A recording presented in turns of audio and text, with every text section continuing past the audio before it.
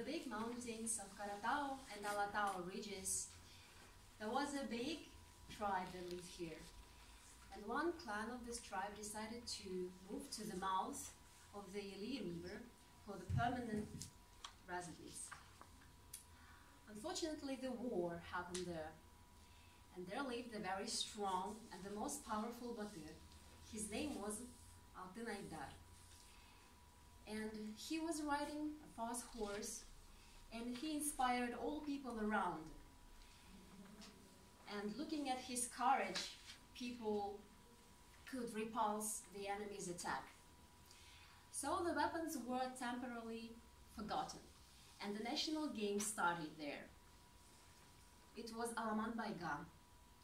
So Altinaidar, the strongest man and a mascot of the nomadic troops, he and his brothers were going to win this contest. Horses and riders were going to contest and to compete during the 40 miles. So what happened? If they lose, it would be just like a death sentence, because all the participants there were their enemies. So when the game started, Altinaidar started to overtake all the rivals as usual, and the enemies understood they wouldn't win this game if they didn't hurt him or harm anybody. So two enemy soldiers tried to kill Aidar's horse, and the clever horse just went aside, and Aidar fell on the ground. The clever horse just rushed forward with an empty saddle, and people around were claiming, wow, this is the first time in the history of the Great Steppe when the horse just went forward to the finish alone. And suddenly a man appeared out of the crowd. It was a father of the Altinaidar, Kaskaldap.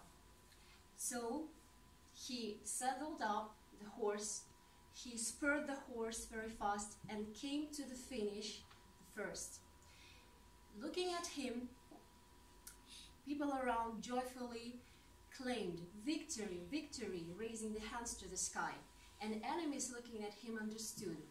Those people, when children help to their fathers and fathers support their children in the difficult situation, is impossible to win. And looking at this beautiful legend, I was very inspired to find out more about the golden men. Do you know how many golden men are there in our territory?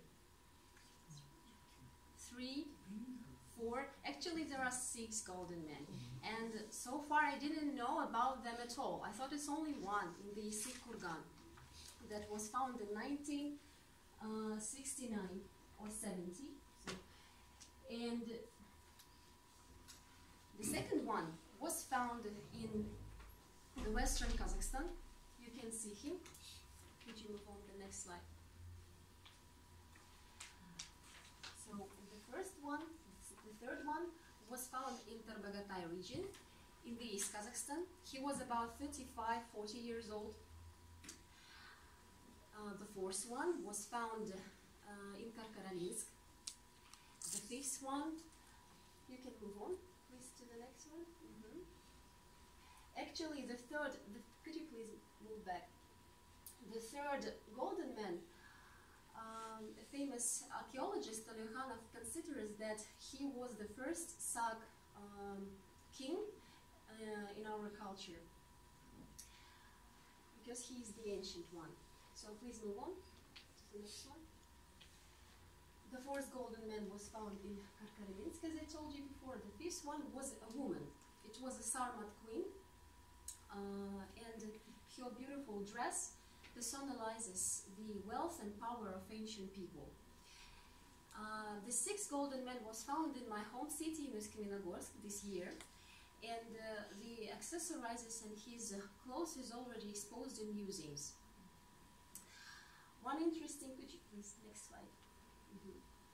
Yeah, the body is not exposed in the museums yet. The interesting fact that is noteworthy is that the body of the third golden man, could Could you please come back to the third one, the third slide? That was found in Tarbagatai region, was reburied again to the ground. Why so? When the body was excavated, local people started suffering from terrible headaches, and they had a poor harvest. Also, weak-minded children started appearing there. In 2009, there was a flood. People usually complain about coming back the body to the ground, and that similar fact happened in Gorno-Altaysk in Russia in 1999. There was a famous story about Princess Upok. I didn't believe it actually until I found out that in 2003 there was a terrible earthquake that had a magnitude of 7.6. So, from another hand, you can look at this princess. There was the last slide. One, please. The last slide. You can look at her image here. From another hand, I wanted to say that scientists are always accused for all disasters that happened in the world. If we take the story about Tamerlan, his body was dug out in 1941 on the 16th of June. So people and archaeologists blamed archaeologists because on the 21st of June, German troops attacked the Soviet Union. But isn't it silly? The plan of Barbarossa was already worked out in 1940. So anyway, the Soviet Union would be attacked. Or the famous curse of Tutankhamun. Howard Carter ruled the expedition of 22 people, and all of them died at the end. But if we look at in details, the first part of people just were over 70 years, and their death was natural. And another part of people just died because they had a fever, but this fever occurred in another city of Cairo. And Howard Carter himself just died after the heart attack. So again, it was just natural. So personally, what I believe in, when the famous king is graved, I think that the strongest wizards are gathering around to say very strong spells, and a very strong flow of energy is gathered there.